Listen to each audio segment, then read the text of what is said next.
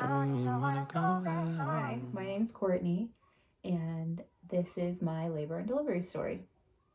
Maya's sitting right here, so if you hear a baby, she's right here. And I have some notes right here that I'm going to be looking at because I get all sidetracked and don't want to tell it out of place, out of order. So, you're going to get excited. You're going to hear about when you were born. Yes? Yeah. Yeah. Okay, so let's get started. So my due date was December 26th of 2019. My due date came and passed. I had an induction date set for that's not funny. I had an induction date set for December 31st. And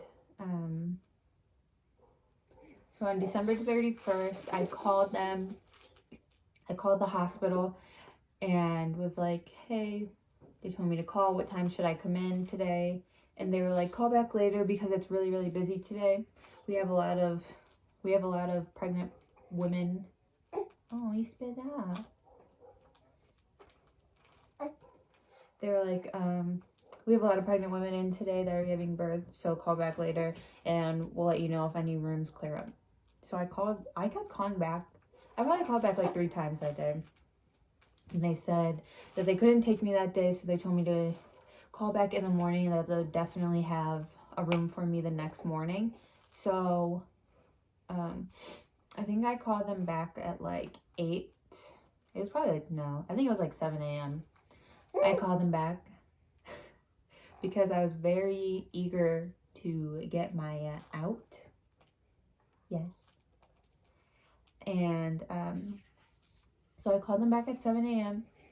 They told me we still don't have a room available, call back later. I called back at 9. They still didn't have anything. They were like, I think we might have something coming up. They called me back in an hour. And they said, so they called me back at 10 a.m. and was like, hey, we have room now. Can you come in an hour? So at 11. And I was like, oh yeah, I'll be there.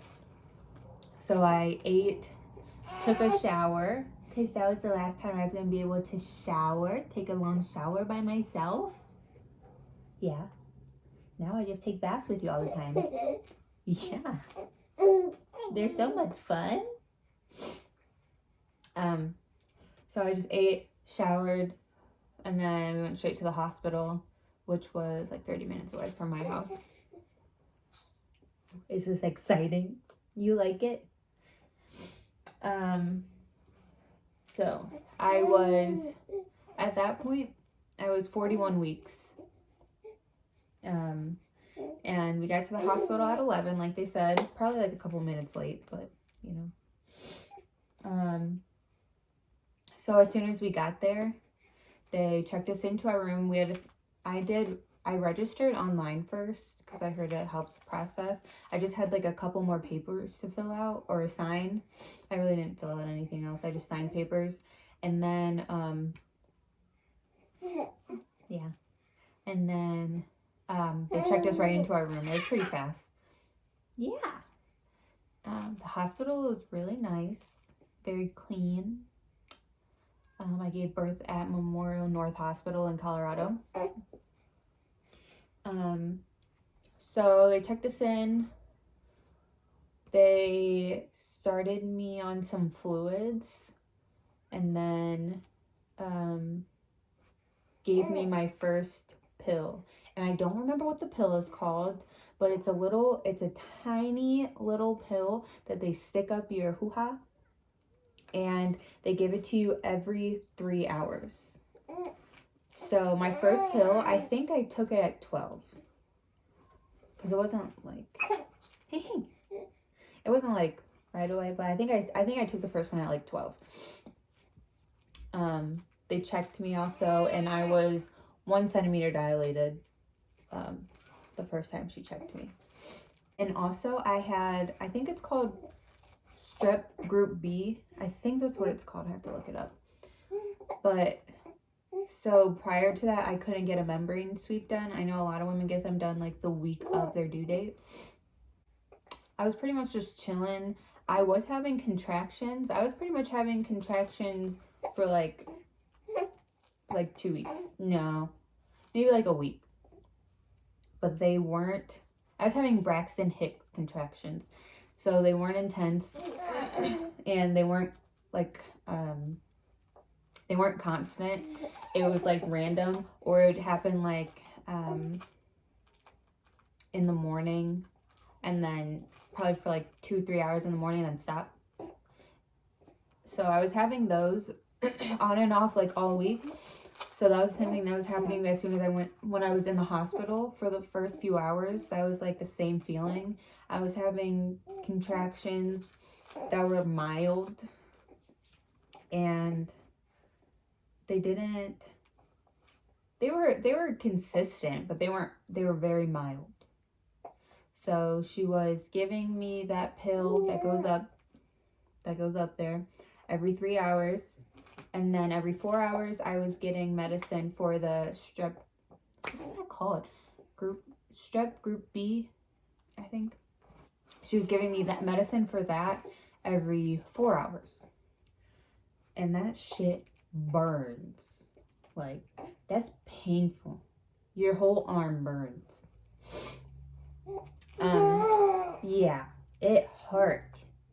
I think it was 7 p.m. I started getting intense contractions.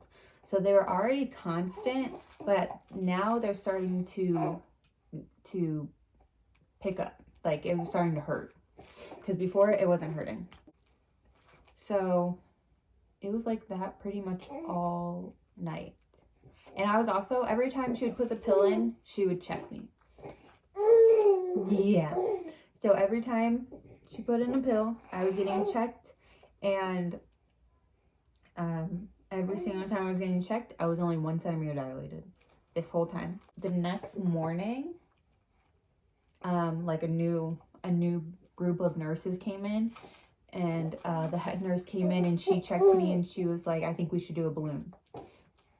Insert a balloon. I don't know what the actual term is called, but it's literally a balloon that they stick up there and pump it.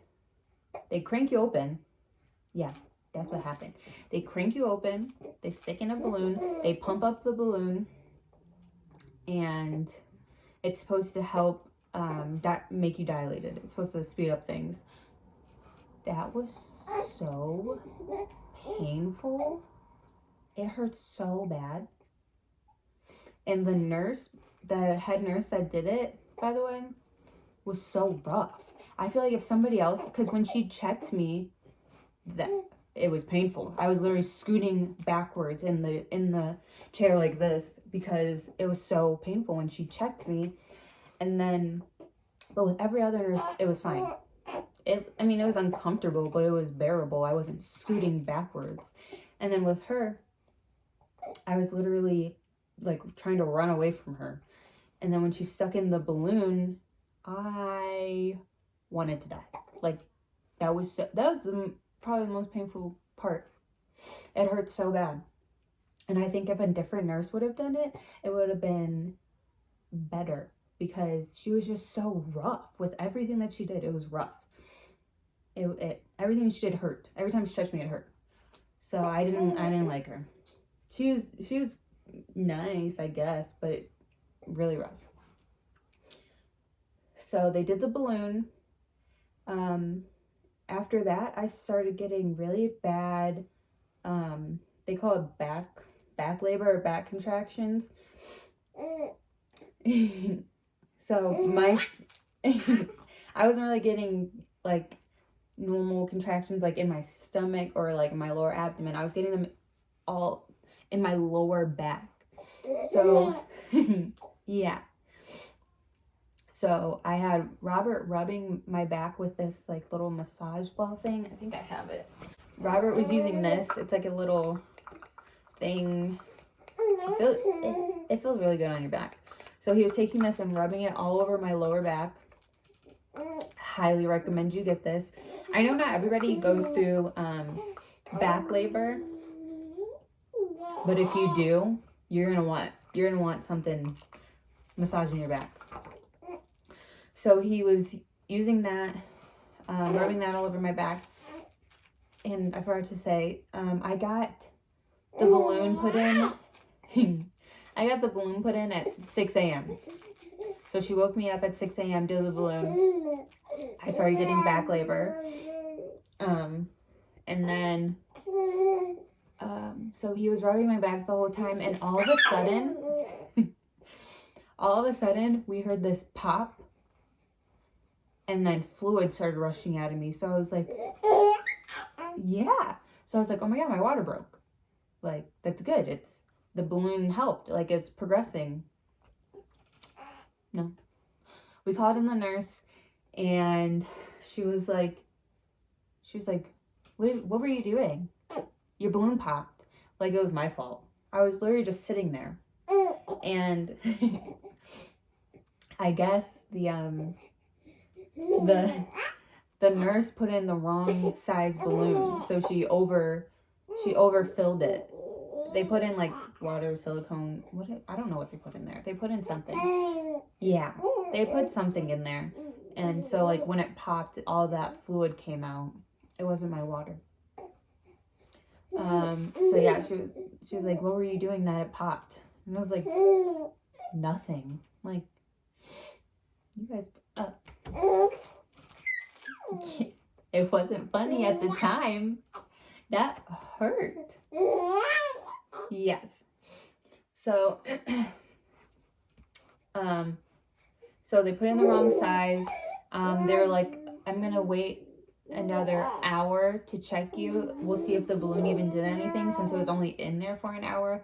They usually keep it in for like 3, I think he said. The other nurse said. Oh my goodness. You trying to tell the story too? You know what happened? Yeah. So they waited, they checked me, and then I was 3 centimeter dilated. Finally. I was like, oh my God, okay. We're starting to get somewhere, right? We were at a 1 all night.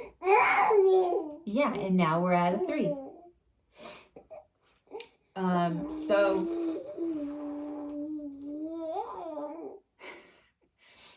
So after that, I was just going through really painful back labor. And Robert was probably rubbing my back for like a good 3 hours. Constant. I had him rubbing that thing on my back for like 3 hours. Because it wasn't like you know how people describe contractions as like coming in waves? It wasn't waves. It was just constant pain. Yeah. It was just constant pain. So I had him rubbing my back the whole time. So around like, I think it was around like 11, it was probably like around 11 or 12. I was just in so much pain. I was crying because I was so tired. I didn't get any sleep. It's been 24 hours at this point. And it was just like no progress was happening. So I was kind of just like, fuck it. And I got the epidural. And so I got the epidural. I really didn't want to get one, just because I didn't want my baby to be like drugged when she came out. Also, I was afraid that I would be paralyzed. I know that can happen to some people, and I didn't want that feeling, like to not be able to feel my legs. Like, that's scary to me. That's way scarier than labor, not being able to feel your legs. So I got the epidural, and it was fine. It didn't hurt. I know a lot of people, there's some people that'll be like, oh, the epidural hurt worse than, that it hurt worse than the contractions. No. It felt like a bee sting. Like, that was it. I think I just had a good, what's it called, anesthesiologist. He was very nice. He stuck me with his big ass needle. I didn't look at it because if I looked at it, I would have been scared.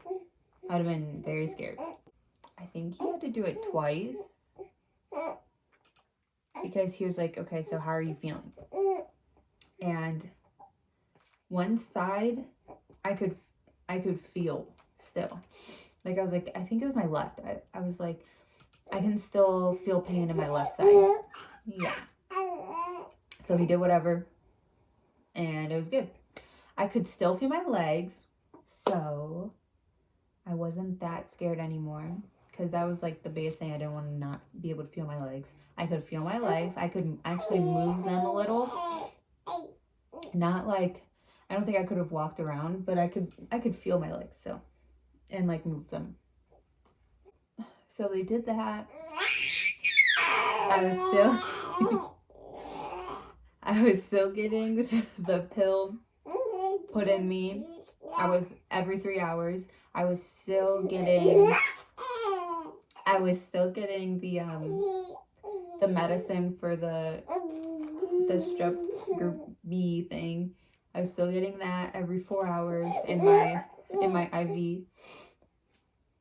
And they were still checking me, and I was still at a 3. So at about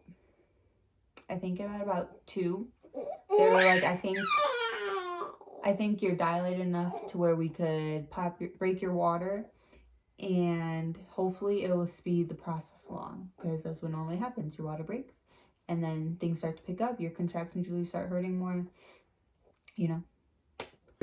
This way nicer lady came in, broke my water. I didn't feel anything because I had an epidural. I kind of felt like a relief, pretty much. I just felt a relief. And then I took a nap. We waited, and time went on. I was still at a 3. It was like a 3. They said a 3, almost 4. So it's 3 centimeters, almost 4 centimeters. Okay. So actually, when a little bit before I got the epidural, they gave me Pitocin, and the nurse was like warning me, like, so when you get Pitocin, your contractions get a lot closer together. Yeah, they get a lot closer together, and it's going to be more painful. So, do you want the epidural? And I was like, I'm still thinking about it. So I had the epidural, and he was right. I was watching the monitor. My contractions were literally like back to back to back to back. And so I probably waited like an hour, and then I got the epidural. So around I think it was like at 6. I think at like 6 p.m. the doctor came in and was like, so if we don't see any change, you need to get a C-section because we broke your water. And I was like, okay, well, how long do I have? They told me 18 hours from when they broke my water. I always thought it was 24 hours. But they said yes, we have 18 hours until we have to do a C-section. There's like no other option. And they were like, would you like to do it now instead, or would you like to wait the 18 hours? And I was like, I kind of want to wait a while just to see if maybe something else happens. Like, it hasn't been that long since you popped it, so I just wanted to wait. So we were waiting. They kept checking me. They probably were checking me like every 2 hours, like every hour and a half, 2 hours at this point. Yeah. And I was not progressing at all.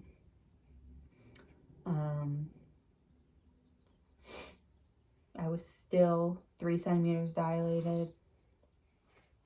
So they were like, I really think you should consider the C-section now rather than later.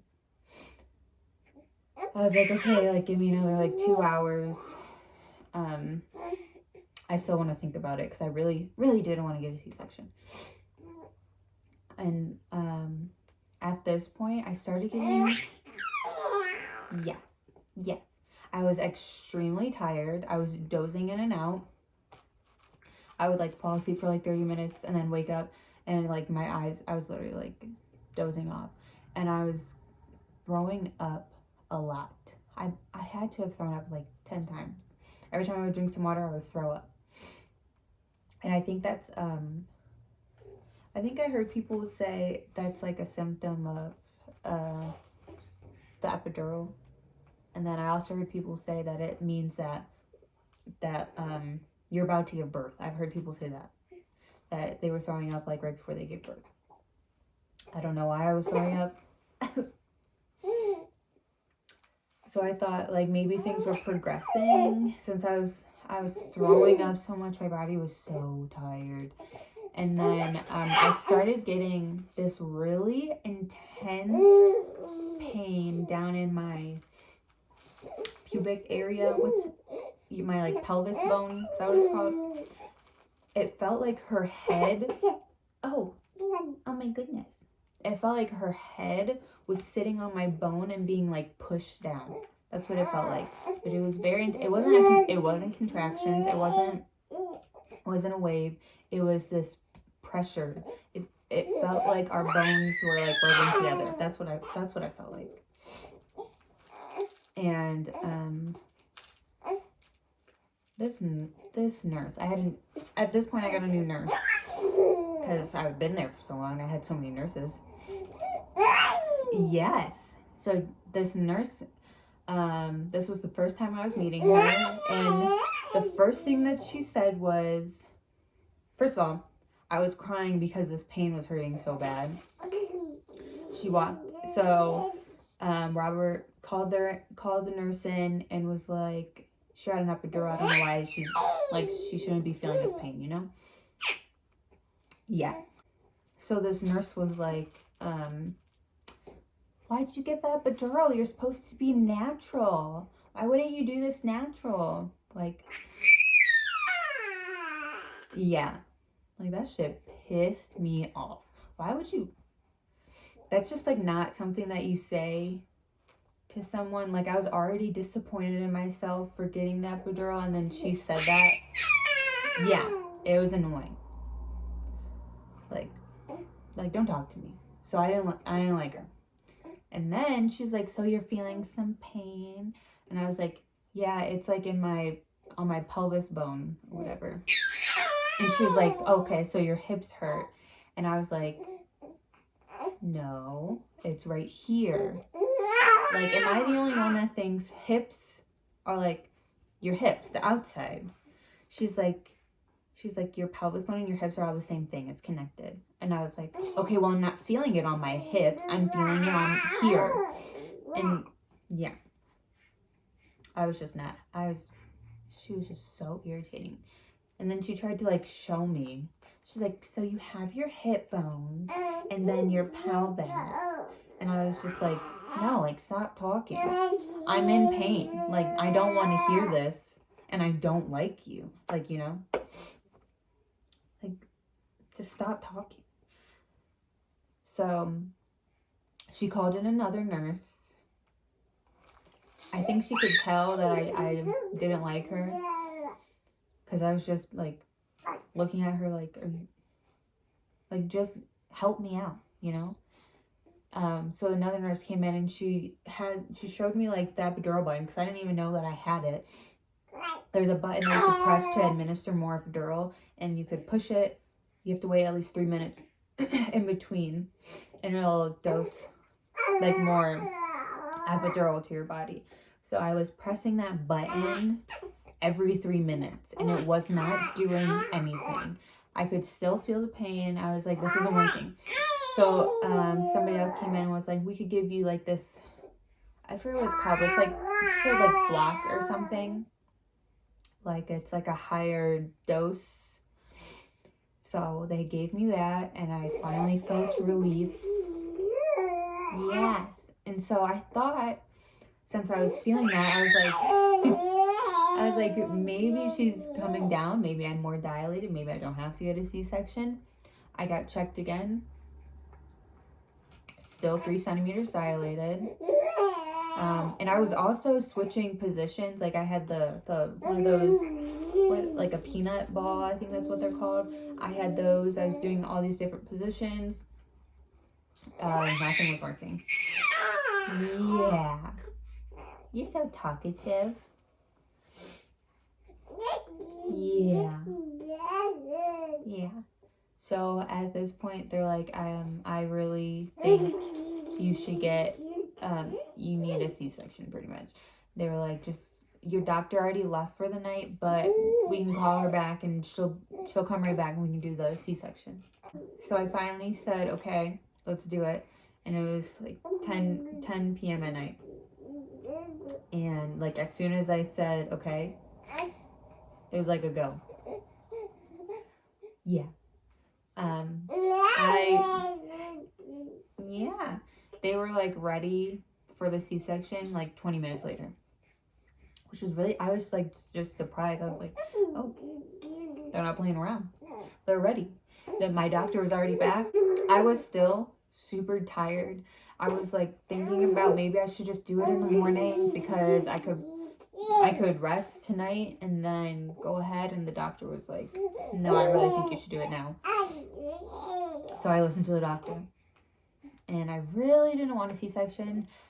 I don't know. I honestly felt like I was gonna die. Like, I feel like I've heard more stories of people dying during a C-section than like a vaginal birth. So I just did not have a good feeling like going into it.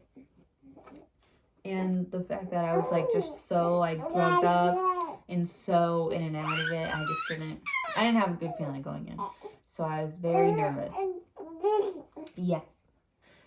So I literally remember, like, I would close my eyes and then wake up and I was already in the room, what's it called? The operating room. Like, I was already in there. And then I closed my eyes again, woke up, I was on the table. Closed my eyes again, woke up, they had a curtain on me. And Robert had to stand outside while they like got everything set up, and then he was allowed to come in. And I like the vibe of the room, it was scary. Like the whole room itself was scary. It wasn't like, you know how like in movies you see like these like very like clean, bright, like white light, bright room. It wasn't like that. The room was really small. From what I remember, it was really small. The lights were like yellow. The room was yellow. I don't know. I just felt weird about it. So the next thing I knew, Robert was next to me. And I was shaking. So I was on, when you get a C-section, they have a curtain. They're supposed to put like a curtain right here. And then they lay your arms out like this. They have a little table for your arms that go like this. And I woke up and I was literally like this. And Robert was sitting next to me. And I was shaking really bad. Like, I couldn't control how bad I was shaking. But I think I fell asleep or something again. Because before I knew it, they were like, oh, your baby's born. It's a girl. So they pulled her out. She did like a little like whimper cry. I started crying. So Maya was born at 10:54 p.m. She was 8 pounds, 2 ounces, and 20 inches. So up until that point, I was like, okay. It wasn't that bad up until that point, even though I was scared. So Robert got, yes. Robert was able to go over there, cut the umbilical cord, and it was on the other side of the room where my body was. So he saw everything, and he's very traumatized by it. So yeah. So Robert got to go over there, cut the cord. He got to like be over there while they were weighing her, doing all that stuff. And while he was gone, I was like freaking out for some reason. I was just not okay. I started panicking. Yeah. And shaking like 10 times worse. And I don't know. I just felt like I was literally having like a panic attack or something. I was like, this isn't right. So after Robert was done with Maya, he like came back over to check on me, and they were like, would you like to hold her? And I was shaking so bad. I was like, looked at her like, no, I can't. I'm shaking too bad, because I felt like I would have dropped her. And they had the curtain, it was like up to here. So like where my arms were, it was like this. So I was like, where would I even hold her at anyways? Because I couldn't, like, I would have to put her like right here. And I just didn't feel comfortable holding her while I was shaking like that. So I told him no, I couldn't hold her right now, which sucked because I couldn't do like skin to skin. And then Robert came and sat next to me again and was like, is she okay? And the doctor was like didn't really even like acknowledge it. He kept asking like nurses like, why is she shaking like this? I don't think she's supposed to be freaking out like this. Like, is she okay? What's going on? And like they weren't really fazed by it. So I was like, oh, I'm gonna die, because they don't care. I literally felt like I was gonna die. And then the anesthesiologist looked at me and was like, he looked at me and was like, do you have anxiety? And I was like, no. And so I was like, no. And he just turned back around. I think he gave me some more medicine, turned up his medicine, whatever. And like, that was it. They didn't really ask me if I was okay or how I was feeling. I was literally freaking out. I was like, Robert, what's going on? Are they almost done? I kept asking him, are they almost done? Are they almost done? I don't feel okay. Are they almost done? I don't like this. So he was standing up and looking over the curtain the whole time to see when they were done, to see when they would be finished, because I was freaking out. And then all of a sudden, I was out. I don't remember what happened. I know that they asked Robert to leave. They were like, hey, you can take the baby now and go. And he was like, no, do you see how she is? I'm not leaving. So he stayed with me for as long as he could. But then I closed my eyes and woke up, and I was in the room. And Robert was bawling his eyes out. Robert was crying a lot. And he was on the phone with my parents. He didn't think I was going to make it. I held Maya finally, but it was only for like 2 seconds because I kept dozing off. And I was like, somebody take her before I drop her, because I'm falling asleep again. And that was that. If you want to know about my postpartum like recovery, I could do that. Extremely painful. I had to stay in the hospital for 3 extra days since I had the since I had the C-section. I had to stay in there longer. Yeah. It sucked, huh? We had to stay in the hospital for so long.